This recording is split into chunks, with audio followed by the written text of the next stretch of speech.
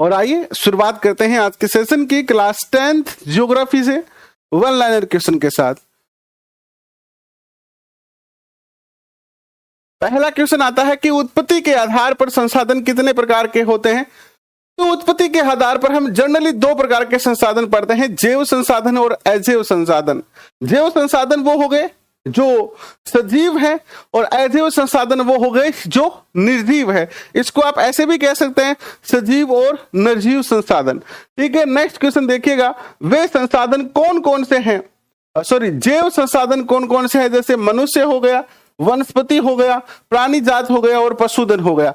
जितने भी इस धरती पर सजीव प्राणी हैं वो सारे के सारे जैव संसाधन के अंदर आ जाएंगे।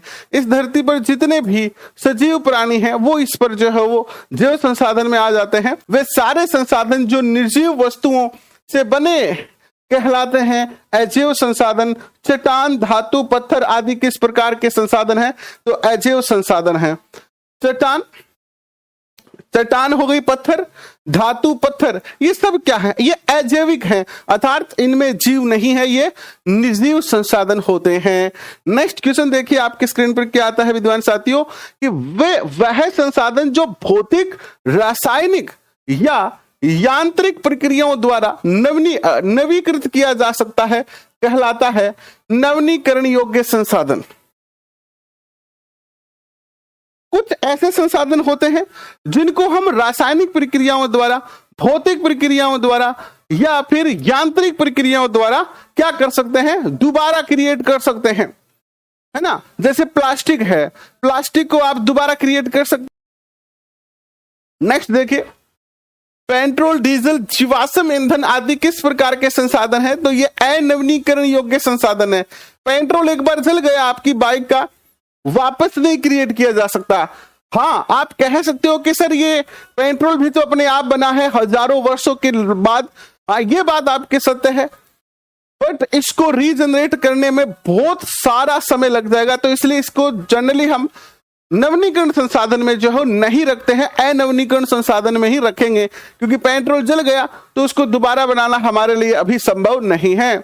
नेक्स्ट क्वेश्चन देखिएगा आपके स्क्रीन पर, पशुचारण भूमि, शमशान भूमि आदि किस प्रकार के संसाधन हैं।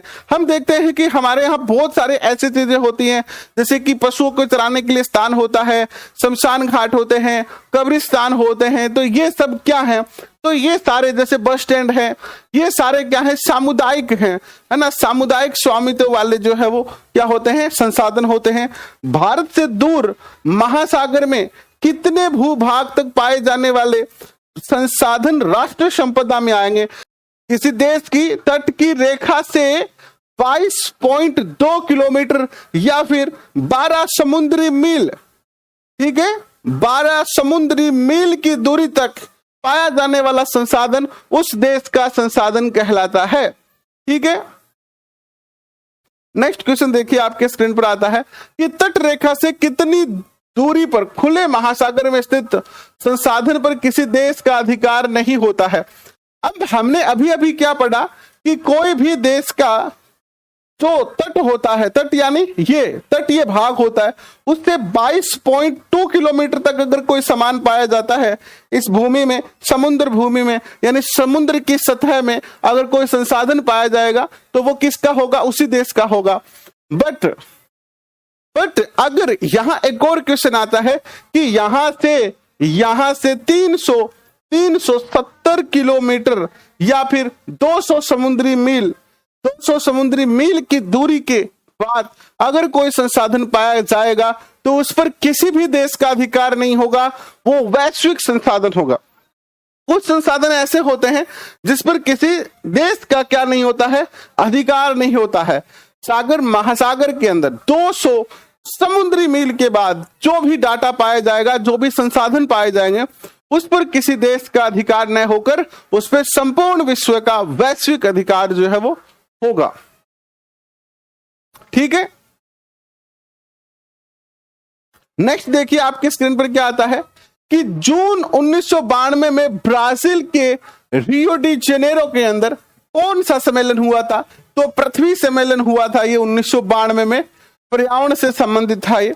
पृथ्वी सम्मेलन 1992 में कितने देशों के राष्ट्राध्यक्ष शामिल हुए थे? तो 100 देशों के। और पृथ्वी सम्मेलन किससे संबंधित है? तो पृथ्वी सम्मेलन का संबंध था विश्व स्तर पर पर्यावरण संरक्षण से। किससे संबंध था? विश्व स्तर पर पर्यावरण संरक्षण और सामाजिक आर्थिक विकास की समस्या का हल ढूंढने के लिए। एजेंडा 21 बहुत ही प्यारा क्वेश्चन आपकी स्क्रीन पर है, देखिएगा। क्वेश्चन क्या कहता है कि एजेंडा 21 का संबंध किससे है? पृथ्वी सम्मेलन 1992 में सतत पोषणीय विकास के लिए एजेंडा 21 को क्या दी गई थी? स्वीकृति दी गई थी।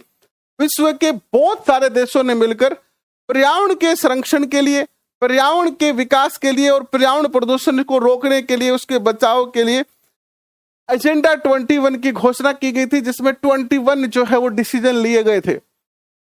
क्वेश्चन देखिएगा, भारत के कौन से राज्य में कोयला और खनिजों की प्रचुर भंडार है? तो भारत में कोयला और खनिज के जो प्रचुर भंडार है वो कहां पर है? वो है आपके झारखंड, मध्य प्रदेश और छत्तीसगढ़। ये तीनों राज्य जो है वो कोयले और खनिजों के मामले में अव्वल श्रेणी के अंदर आते हैं। नेक्स्ट क्वेश्चन देखिएगा आपकी स्क्रीन पर कि जल संसाधन प्रचुर मात्रा में कहां पाए जाते हैं? अरुणाचल प्रदेश में। राजस्थान में कौन से संसाधन की संभावना है? पवन ऊर्जा और सौर ऊर्जा संसाधन की। नेक्स्ट क्वेश्चन आता है कि संसाधन नियोजन के लिए प्रथम प्रयास कौन सी पंचवर्षीय योजना में किया गया था? हमारे पास जो भी रिसोर्स है, जो भी संसाधन है, चाहे वो पानी हो, चाहे वो खनिज पदार्थ हो या अदर जितने भी संसाधन हैं, उन सारे संसाधनों के लिए जो उनके डेवलपमेंट के लिए प्रयास किया गया था, संसाधन नियोजन के लिए जो फर्स्ट प्रयास किया गया था वो किसमें किया गया था? पहली पंचवर्षीय योजना के अंदर। ठीक है, पहली पंचवर्षीय योजना। हमारे पास हर व्यक्ति की आवश्यकता पूर्ति के लिए बहुत कुछ है, लेकिन किसी के लालच के संतुष्टि के लिए नहीं है।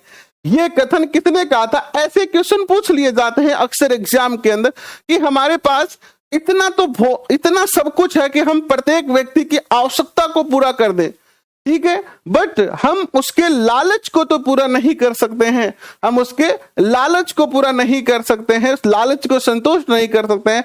महात्मा गांधी ने बात कही और अंतर्राष्ट्रीय स्तर पर व्यवस्थित तरीके से संसाधन संरक्षण की वकालत 1968 में किसने की थी? तो क्लब ऑफ रोम ने की थी। किसने की थी? क्लब ऑफ रोम ने इसकी जो है वो वकालत की थी। पुस्तक स्मॉल इज ब्यूटीफुल किससे संबंधित है? तो गांधी जी का जो ये विचार था ना प्राकृतिक संसाधनों के संरक्षण पर, उन्हीं विचारों को एक पुस्तक में सजोया गया था और उस पुस्तक का नाम था स्मॉल इज ब्यूटीफुल।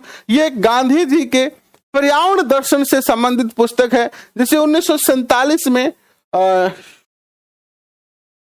शूमेसर नामक राइटर ने जो है वो लिखा था। किसने लिखा था इस पुस्तक को? शूमेसर ने लिखा था। किससे संबंधित है? गांधी जी के पर्यावरण दर्शन से संबंधित है। नेक्स्ट क्वेश्चन देखिए आपके स्क्रीन पर। वुड्सलैंड आयोग 1987 का संबंध किससे है? तो वैश्विक स्तर पर संसाधन संरक्षण से। एक एक क्वेश्चन महत्वपूर्ण है भैया, है ना, एक एक क्वेश्चन महत्वपूर्ण है। भारत के भू आकृति का कितना प्रतिशत भाग मैदानी है? तो 43% मैदान है हमारे पास, और जो पर्वतीय क्षेत्र है वो है 30%, और जो भारत का भूमि है उसका लगभग जो है वो पठारी भाग है 27%। नेक्स्ट क्वेश्चन देखिए आपके स्क्रीन पर क्या आता है कि भारत के कुल सिंचित क्षेत्र के लगभग कितने प्रतिशत हिस्से पर खेती होती है? जितना सिंचित क्षेत्र है हमारे भारत का, उसके कितने भाग पर ही खेती होती है? तो वो जो भाग है वो है आपका 45%। और राष्ट्रीय वन नीति 1992 के अनुसार कितना क्षेत्र वनाच्छादित होना चाहिए? जो वन नीति बनी थी 1952 के अंदर जो वन नीति बनी थी, उसने ये कहा कि भारत के जो टोटल क्षेत्रफल है उसका 33% जो है वो वनाच्छादित होना चाहिए, अर्थात उस पे वन होने चाहिए। ठीक है, नेक्स्ट क्वेश्चन देखिएगा संपूर्ण उत्तरी मैदान कौन सी मृदा से बना हुआ है? तो जो उत्तरी मैदान है, उत्तरी मैदान कौन से हो गए आपके? ये उत्तरी मैदान हो गए। उत्तरी ये क्या है? देखो, पूर्व, पश्चिम, उत्तर। और ये जो गंगा और यमुना वाला जो मैदान है, गंगा यमुना वाला जो मैदान है ना, मुख्य तौर पर गंगा यमुना नदी है, फिर ब्रह्मपुत्र भी नदी है। तो ये गंगा यमुना ब्रह्मपुत्र वाला जो मैदान है, उत्तरी जो मैदान है, ये किससे बना हुआ है? ये बना हुआ है आपका जलोढ़ मृदा से। कौन सी मिट्टी से बना हुआ है? ये आपका जलोढ़ मिट्टी से बना होता है। जलोढ़ मृदा कौन सी नदियों द्वारा बनाई जाती है? तो सिंधु, गंगा और ब्रह्मपुत्र नदी के द्वारा, है ना। कौन सी मिट्टी जलोढ़ मिट्टी होती है? नदियों के द्वारा बहाकर लाई गई मिट्टी ही जलोढ़ मिट्टी होती है, ठीक है। नदियों के द्वारा बहाकर लाई गई मिट्टी ही जलोढ़ मिट्टी होती है। पश्चिमी तटीय प्रदेशों में जलोढ़ मृदा कौन सी नदियों द्वारा? अब देखिए, ये तो उत्तरी भाग में तो जलोढ़ मिट्टी पाई जाती है, इसके अलावा थोड़ी मिट्टी जो है वो पश्चिमी भाग में भी पाई जाती है, क्योंकि पश्चिम भाग के अंदर महानदी है, गोदावरी नदी है, कृष्णा और कावेरी नदी है, इनसे भी जो है वो जलोढ़ मिट्टी बहाकर लाई जाती है। इसके बाद देखिएगा, जलोढ़ मृदा में कौन कौन से तत्व पाए जाते हैं? तो रेत होता है, सेल्ट होता है और मृत्तिका होती है। नेक्स्ट क्वेश्चन आपके स्क्रीन पर आता है कि दार चो क्षेत्र तथा तराई का संबंध किससे है? ये कुछ क्षेत्र हैं, जैसे दार, द्वार, चो एंड तराई। तराई शब्द से थोड़ा थोड़ा दिमाग चल रहा है आपका। ये दो शब्द अगर पेपर में पूछ लिए जाते ना, तो बड़े बड़े बच्चे गच्चा खा जाते। आपने मारवाड़ी में कहने गच्चो खा जाना, अर्थात कंफ्यूजन हो जाना, कंफ्यूज हो जाते। बट तराई शब्द से थोड़ा सा दिमाग काम करता है। तराई जनरली किससे संबंधित होती है? नदियों के बहाव क्षेत्र से संबंधित होती है। तो ये तलहटी पर बने हुए मैदान है, ठीक है, तलहटी पर बने हुए मैदान है ये। आयु के आधार पर जलोढ़ मृदा कितने प्रकार की होती है? आयु के आधार पर। अब ये जो शब्द दे दिया ना, यही शब्द उठाकर जो एनसीईआरटी से क्वेश्चन बनाने वाला टीचर है वो आपको पेपर में दे देगा कि आयु के आधार पर मिट्टी बताओ, तो फिर दिमाग काम नहीं करता है कि यार आयु के आधार पर तो हमें कभी किसी ने पढ़ाया ही नहीं, कहां से बताएं, कहां से बताएं। हो जाता ना ऐसा। लेकिन देखिए मेरे विद्वान साथियों, आयु के आधार पर पूछे तब भी दो ही प्रकार की होती है, पुरानी मिट्टी हो गई और एक हो गई नई मिट्टी। एक तो पुरानी जलोढ़ मिट्टी हो गई और एक नई जलोढ़ मिट्टी हो गई, ये आयु के आधार पर हो गई। इस मृदा में कंकर ग्रंथियों की मात्रा ज्यादा होती है, यानी कौन सी मिट्टी होती है जिसमें कंकर पत्थर ज्यादा होते हैं? तो बांगर मृदा में। किस मृदा में महीन कण पाए जाते हैं? तो खादर। देखो, बांगर जो होता है वो मोटे मोटे पत्थरों के साथ मिट्टी होती है, और खादर जो होता है उसमें महीन पत्थर होते हैं। जलोढ़ मृदा में मुख्य रूप से क्या पाया जाता है जिसके कारण ये अधिक उपजाऊ हो जाती है? ये क्वेश्चन पूछने लायक क्वेश्चन है। तो इसमें पोटाश पाया जाता है, फास्फोरस पाया जाता है और चूना पाया जाता है। जलोढ़ मृदा किस प्रकार की फसल के लिए उपयुक्त है? तो ये गन्ने की फसल के लिए, चावल के लिए, गेहूं के लिए ये जो है बहुत ज्यादा प्रसिद्ध है। मार्केट में आप जो है वो आशीर्वाद नाम से गेहूं आता है, टीवी पर भी ऐड देखते हो। ये सारा का सारा इसी गंगा यमुना नदी के मैदान में जो है बोई जाता है, उत्तर प्रदेश और मध्य प्रदेश के अंदर, बिहार के अंदर ये जो गेहूं है वो सारा का सारा, ठीक है। नेक्स्ट क्वेश्चन चावल है ना। किस मृदा को रेगर मृदा भी कहा जाता है? रेगर मृदा कौन सी है? तो काली मिट्टी को ही रेगर कहा जाता है। किसकी फसल के लिए काली मिट्टी सबसे उपयुक्त होती है? तो सबसे ज्यादा उपयुक्त होती है काली मिट्टी। किसकी फसल के लिए? तो कपास की फसल के लिए सबसे ज्यादा जो है वो ये उपयुक्त रहती है। काली मिट्टी कहाँ सबसे ज्यादा पाई जाती है? काली मिट्टी कहां पर सबसे ज्यादा जो है वो पाई जाती है, यानी कौन से जगह पर काली मिट्टी सबसे ज्यादा जो है वो पाई जाती है? तो काली मिट्टी सबसे ज्यादा मैंने पहले ही आपको मैप में दिखा दिया है कि जो दक्कन का पठार है उसमें काली मिट्टी जो है वो ज्यादा पाई जाती है। काली मिट्टी किस से बनी होती है? तो ये ज्वालामुखी से बनी होती है। काली मिट्टी जो है किससे बनी हुई होती है? ज्वालामुखी से जो है ये बनी हुई होती है। और कौन कौन से क्षेत्र में काली मिट्टी पाई जाती है? तो काली मिट्टी जो है वो महाराष्ट्र के अंदर, सौराष्ट्र के अंदर, मालवा, मध्य प्रदेश और छत्तीसगढ़ के अंदर पाई जाती है। मुख्य रूप से तो महाराष्ट्र, सौराष्ट्र और मालवा, यहां पर काली मिट्टी सबसे ज्यादा पाई जाती है, क्योंकि दक्कन के पठार क्षेत्र में सबसे ज्यादा काली मिट्टी जो है वो पाई जाती है। नेक्स्ट देखिएगा कि किस मिट्टी की नमी धारण करने की क्षमता सर्वोत्तम होती है। नमी धारण करने की, जन आपने जी बारिश हुआ है, ठीक है, सुबह बारिश हुआ जे दोपहर हमारी तावड़ो आ जाए तो आपने जो खेत नहीं सूख जाए, ऊपर की जगह परत है तो बात तो तुरंत सूख जाए आपने, और फिर नीचे भी धीरे धीरे सूखती जाए। लेकिन अंगो कारण की अपनी जगह राजस्थान में, मैं जी खास तौर पर पश्चिमी राजस्थान में रहूं, तो मारे पश्चिमी राजस्थान में क्या है कि पश्चिमी राजस्थान का माई जी मोटी मृदा जो है वह कण मोटा मोटा है। जब एक मृदा का कण मोटा होसी तो जल्दी से जकी है वो वास बाहर निकल जैसी, अगर मृदा का कण पतला होसी यानी बारीक बारीक होसी तो लंबे समय तक के होसी। जी हाँ, आप चिकनी मिट्टी लिया तो चिकनी मिट्टी एक बार गिल्ली कर दी तो वह लंबे समय तक गिल्ली रह सके, है ना, जबकि ये अपनी बालू मिट्टी जनरली जल्दी सूख जाती है। तो इसी प्रकार जो ये काली मिट्टी है ना, काली मिट्टी, इसके जो कण होते हैं वो बहुत ज्यादा बारीक हो जाते हैं। आपने कच्छ के रण की पिक्चर देखी होगी, पिक्चर फोटो, कच्छ के रण जब सूख जाता है ना तो उसकी परत जो है फट जाती है। और दक्कन के पठार में भी ऐसा होता है कि बहुत ज्यादा जब यहां पर धूप होती है ना तो क्या होता है कि मिट्टी फट जाती है सूख कर। तो ऐसी मिट्टी जो बहुत ज्यादा नमी सोख सकती है वो काली मिट्टी ही है।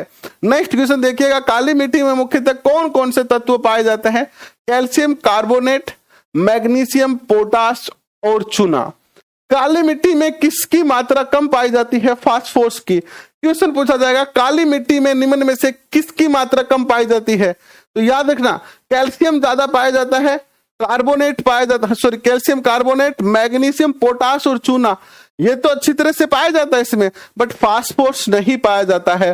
तो फास्फोरस किस में पाया जाता है? जलोढ़ मिट्टी में। किस मिट्टी में शुष्क मौसम में दरारें पड़ जाती है? काली मिट्टी में। लाल और पीली मिट्टी कहाँ पाई जाती है? उड़ीसा, छत्तीसगढ़, है ना, गंगा के मैदान, दक्षिण छोर में और पश्चिमी घाट के पहाड़ी क्षेत्रों में। नेक्स्ट आता है लाल पीली मिट्टी का रंग लाल क्यों होता है? आपने लाल पीली मिट्टी पढ़ी है, इसमें लाल रंग क्यों होता है मिट्टी का? तो लाल रंग होने का कारण है लाल रंग रेवेदार आग्नेय और रूपांतरित चट्टानों के कारण, और इसमें लोहे का प्रसार होने के कारण ये मिट्टी लाल होती है। जबकि पीली, लाल और पीली मिट्टी में पीला रंग जो आता है वो जल योजन के कारण आता है। लेट्राइट शब्द किस भाषा के शब्द से बना हुआ है? तो लेट्राइट शब्द ग्रीक भाषा के लेटर शब्द से बना हुआ है, और इस ग्रीक भाषा के लेटर शब्द का अर्थ होता है ईंट। लेट्राइट मिट्टी यानी ईंट मिट्टी, है ना, ईंट इसका अर्थ होता है। लेट्राइट लेटर शब्द से बना है जिसका अर्थ क्या होता है? ईंट अर्थ होता है। ठीक है, ईंट अर्थ होता है, याद रख सकते हैं आप आसानी से, कोई दिक्कत नहीं आएगा। नेक्स्ट देखिएगा लेट्राइट मिट्टी का अम्लीय मान क्या होता है? तो 6.0 pH मान होता है, यानी इसमें अम्लीय मात्रा होती है। नेक्स्ट क्वेश्चन आता है लेट्राइट मिट्टी में कौन कौन से वनों का विकास होता है? पर्णपाती और सदाबहार वन का। ह्यूमस किस मिट्टी में पर्याप्त रूप से पाया जाता है? लेट्राइट मिट्टी में। लेट्राइट मिट्टी में कर्नाटक, केरल और तमिलनाडु में कौन सी फसल उगाई जाती है? तो चाय, कॉफी और कांचू। मरुस्थली मिट्टी का रंग कैसा होता है? लाल और भूरा होता है। लाल और भूरी मिट्टी किस प्रकार की होती है?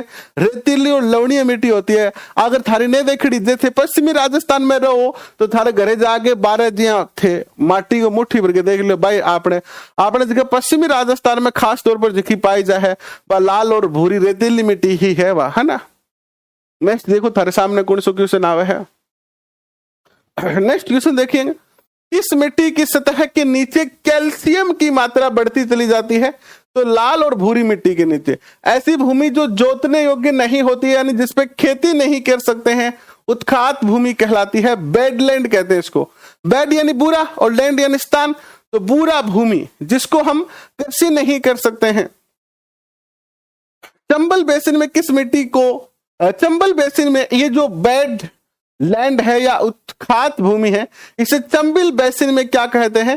तो इसे यहां पर खड्ड भूमि कहते हैं, खड्ड भूमि। एंड चादर अपर्दन किसे कहते हैं? चादर अपर्दन। चादर, जब सर्दी लगती है तो हम चादर ओढ़ते हैं कि नहीं ओढ़ते हैं? तो चादर अपर्दन किसे कहते हैं?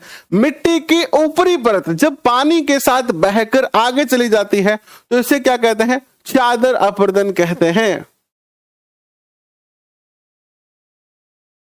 ठीक है, नेक्स्ट क्वेश्चन देखिएगा। ये चैप्टर पूरा हो गया। चैप्टर नंबर 2 की शुरुआत करते हैं, वन्य एवं वन्य जीव संसाधन।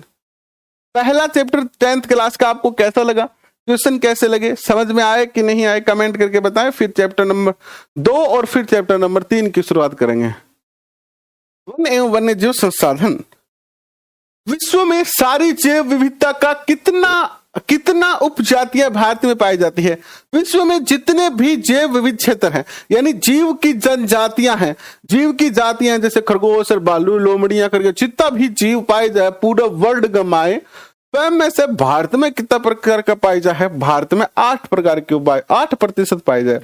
कौन सी प्रजातियां लुप्त होने के कंगार पर है, जैसे चीता है, चीता लुप्त होने के कंगार पर है। गुलाबी सिर वाला बतख है, पहाड़ी कोयल है, जंगली चित्तीदार उल्लू है, मधुआ इनसिंग यानी महुए की जंगली किस्म है ये, एंड हुब्रेडिया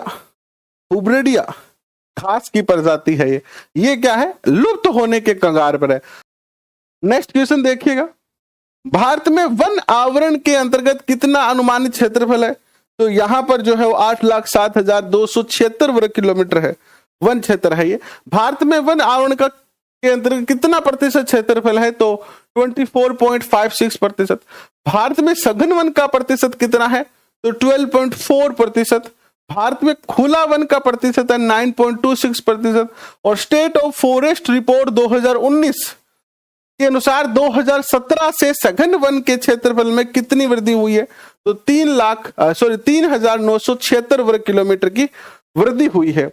एंड IUCN का पूरा नाम क्या है, तो अंतरराष्ट्रीय प्राकृतिक संरक्षण और प्राकृतिक संसाधन संरक्षण संघ।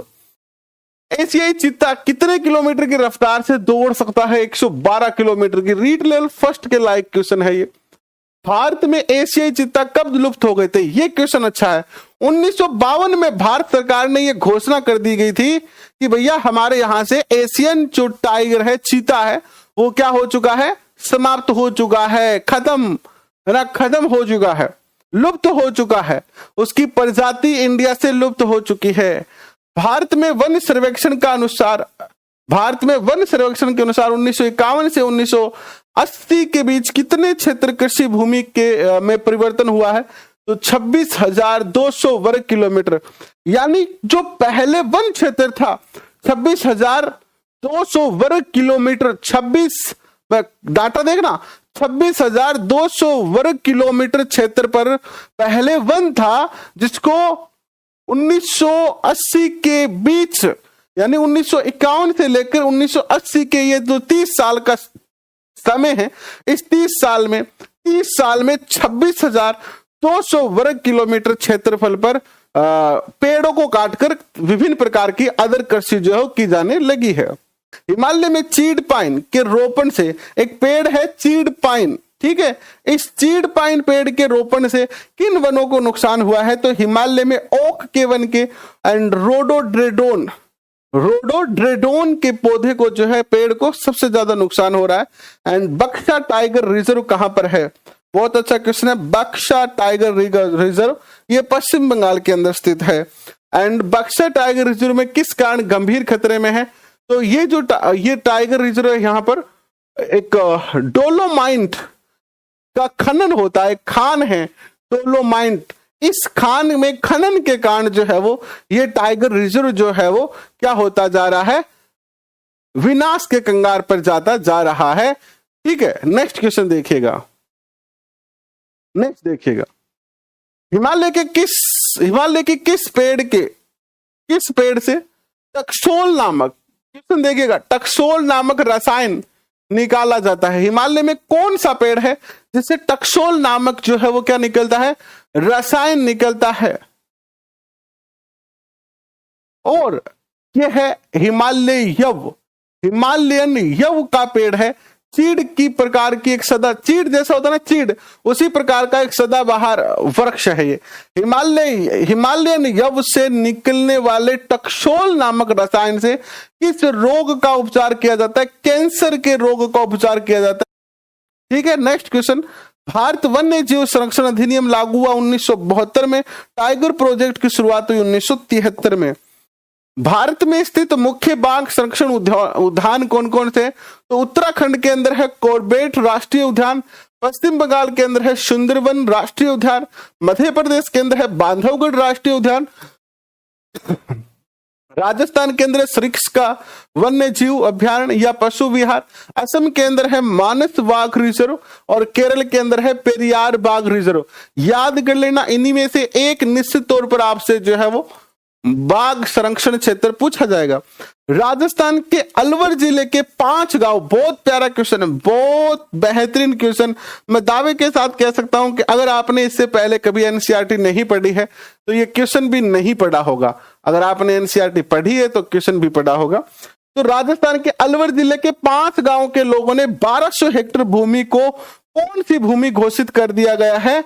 भैरो देव डाकऊ सेंचुरी। यानी 5 गांवों ने मिलकर अपने यहां 1200 हेक्टेयर भूमि को भैरोदेव डाकऊ सेंचुरी इस क्षेत्र को घोषित कर दिया गया है। और इस क्षेत्र में ये अपने नियम बना लिए, यहां पर कोई पेड़ नहीं काट सकता है, किसी पशु का शिकार नहीं कर सकता है। यहाँ पर बहुत सारे पेड़ पौधे लगाए जा रहे हैं, जिसके पेड़ पौधों में पानी वगैरह ये सारे 5 गांव के लोग जो है अपनी अपनी बारी के अनुसार क्या करते हैं? पानी डालते हैं। यानी एक अलग क्षेत्र क्रिएट किया जा रहा है जहां पर बहुत अच्छा क्या बना सके, इकोसिस्टम बना सके। नेक्स्ट क्वेश्चन देखिएगा, आपके स्क्रीन पर आता है, यह है कि छोटा नागपुर क्षेत्र में मुंडा और संथाल जनजाति के पेड़ों की पूजा, संथाल जनजाति के लोग कौन से पेड़ों की पूजा करते हैं? ये जो है वो महुआ और कदम के वृक्ष की पूजा करते हैं। उड़ीसा और बिहार की जनजातियां शादी के समय इमली और आम के पेड़ की पूजा करते हैं। राजस्थान के अंदर किस जाति के गांव के आसपास काले हिरण, चिंकारा, नीलगाय, मोर के झुंड देख सकते हैं? तो जहां पर बिश्नोई गांव होता है, जैसे मान लीजिए बिश्नोई को कोई गांव आने वाला है, तो वहां पर आपको बिश्नोई के गांव आने से पहले ही पता चल जाएगा कि ये बिश्नोइयों का गांव है, क्योंकि वहां पर आपको बहुत ज्यादा ये सारे पशु मिलेंगे। क्योंकि बिश्नोई जनजाति के अंदर जो है वो चिंकारा, नीलगाय, मोर, हिरण, इनको खास तौर पर संरक्षण है। वो किसी को अपने क्षेत्र में इसका शिकार नहीं करने देते, ना वो खुद करते हैं। नेक्स्ट देखिएगा, चैप्टर नंबर 3, जल संसाधन। ठीक है, जल संसाधन में क्या बताया गया है? आइए जल संसाधन की चर्चा करते हैं। जल संसाधन आपसे क्या कहता है? तीसरा चैप्टर शुरू हो गया है। देखिएगा, तीसरा चैप्टर का पहला क्वेश्चन कि 2025 तक कितने लोग जल की कमी का सामना करेंगे? 20 करोड़ लोग 2025 में जल की कमी का सामना कर सकते हैं। राजस्थान में पानी भरने जाती महिलाएं क्या कहलाती है? भारत के कुल विद्युत उत्पादन का कितना प्रतिशत भाग जल विद्युत से होता है? तो 22%। और जेजीएम परियोजना का संबंध किससे है? जल जीवन मिशन, जेजीएम, जल संरक्षण से इसका संबंध है। और इसका फुल फॉर्म क्या है जेजीएम का? जल जीवन मिशन। जेजीएम के अनुसार भारत के प्रत्येक ग्रामीण परिवार में प्रति व्यक्ति कितना लीटर पानी आपूर्ति सुनिश्चित करने का लक्ष्य रखा गया? एक व्यक्ति को 55 लीटर पानी मुहैया करवाना। भोपाल झील कौन सी शताब्दी में बनाई गई थी? 11वीं शताब्दी में। हौज खास का निर्माण किसने करवाया था? दिल्ली में है, एक विशेष प्रकार की बावड़ी है। तो 14वीं शताब्दी में इल्तुतमिश ने। और किसने बहुउद्देशीय नदी घाटी परियोजना को आधुनिक भारत का मंदिर का बहुत बार पूछा जा चुका है? पंडित जवाहरलाल नेहरू ने।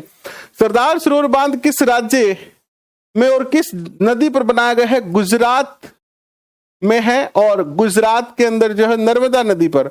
और सरदार सरोवर बांध से किन किन राज्यों की संयुक्त परियोजना है ये? तो सरदार सरोवर बांध जो है वो महाराष्ट्र, मध्य प्रदेश, गुजरात और राजस्थान की संयुक्त परियोजना है। सरदार सरोवर बांध से गुजरात के कितने गांव और कस्बों को पानी मिलता है? 9490 गांव और 173 कस्बे। और राजस्थान के 124 गांवों को पानी मिलता है सरदार सरोवर बांध से। ये क्वेश्चन मोस्ट बन सकता है। नेक्स्ट क्वेश्चन देखिएगा, कृष्णा गोदावरी विवाद किन किन राज्यों के मध्य शुरू हुआ था? तो महाराष्ट्र और कर्नाटक के मध्य ये विवाद था। किसको लेकर? महाराष्ट्र और देखो कर्नाटक और आंध्र प्रदेश और महाराष्ट्र के मध्य था, क्योंकि ये नदी जो जा रही थी ना, इस नदी पर महाराष्ट्र सरकार ने बांध बनाने का प्रयास किया, और बांध से जो ये नदी जा रही थी कर्नाटक और आंध्र प्रदेश में जा रही थी, तो इन दोनों को दिक्कत होने लगी, पानी की कमी होगी। भाई पानी का बांध बना के यहाँ पर पानी रोक लिया जाएगा, आगे पानी कम छोड़ा जाएगा। फिर ये कुछ एक मैप है जिसमें जैसे कुछ नदियां हैं, जैसे राणा प्रताप सागर बांध है, गांधी सागर बांध है, कोटा बैराज है, चंबल नदी है, नदियां दिखाई गई। आप इस मैप को देख सकते हैं। यहां से भी क्वेश्चन पूछा जा सकता है। राजस्थान के जैसलमेर में वर्षा जल का वितरित किसमें किया जाता है, यानी वर्षा जल को किसमें इकट्ठा किया जाता है?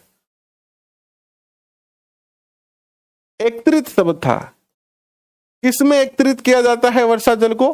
तो खादीन, जनरली इसको क्या कहते हैं? खडीन कहते हैं, खडीन या जोहड़ में, है ना। जैसलमेर में खड्डे बना दिए जाते हैं जिसमें पानी इकट्ठा हो जाता है और बाद में इसको पीने के लिए काम लिया जाता है। वर्षा जल और किस नाम से जाना जाता है? आपा पानी ने के का वहां बरसाती पानी ने जनरली जो पार्लर पानी का है हमारे घरे। अब जहाँ ध्यान होगा अपने कंस्ट्रक्शन को काम चल रही हो कई दिन तक, और अब जो है वो जाके खत्म हो, वो काल अपने काम खत्म हो जाओ घर को। मैं बाद में क्लास के मैंने कोई दिक्कत को नहीं है, सारी की सारी क्लास थारी जगह है वो बिल्कुल परफेक्ट टाइम पर होगी और कभी कोई क्लास मिस को नहीं हो रीट के पेपर तक। कल अपने घर को सारो काम जो कंस्ट्रक्शन को है वो खत्म हो जाएगा। पर देखो काम चल रही है, मैं एक काम आपनो जो हो वो हो एक पानी की कुंड बनानो, ताकि बरसात के पानी ने रोक के आप पानी की बचत कर सका और बरसात के पानी ने संरक्षण करके पर्यावरण के अंदर आप भी थोड़ा आपनों के देश का योगदान देश का। ठीक है, नेक्स्ट देखिएगा, बांस ड्रिप सिंचाई का उपयोग कहां किया जाता है? मेघालय में। और कौन सा राज्य जहां हर घर में वर्षा जल एकत्रित करना अनिवार्य है? तमिलनाडु सरकार ने एक प्रेस नोट निकाल के जारी कर दिया कि जो भी बिल्डिंग बनाएगा उस बिल्डिंग की छत का पानी नाली में नहीं आएगा, उसका पानी कहां जाएगा? टैंक में जाएगा। तो अगर आप तमिलनाडु के हो तो आपको अनिवार्य रूप से बनाना पड़ेगा, वरना आप पे दंड लग सकता है। ठीक है, दंड लग सकता है। वाह, ठीक है भाई। तो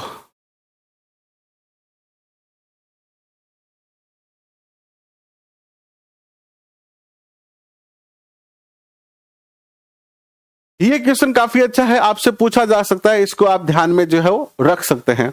तो इसी प्रकार के क्वेश्चन आपको पेपर में पूछे जाएंगे। आशा करता हूं कि आज का ये सेशन आपको अच्छा लगा, पसंद आया, और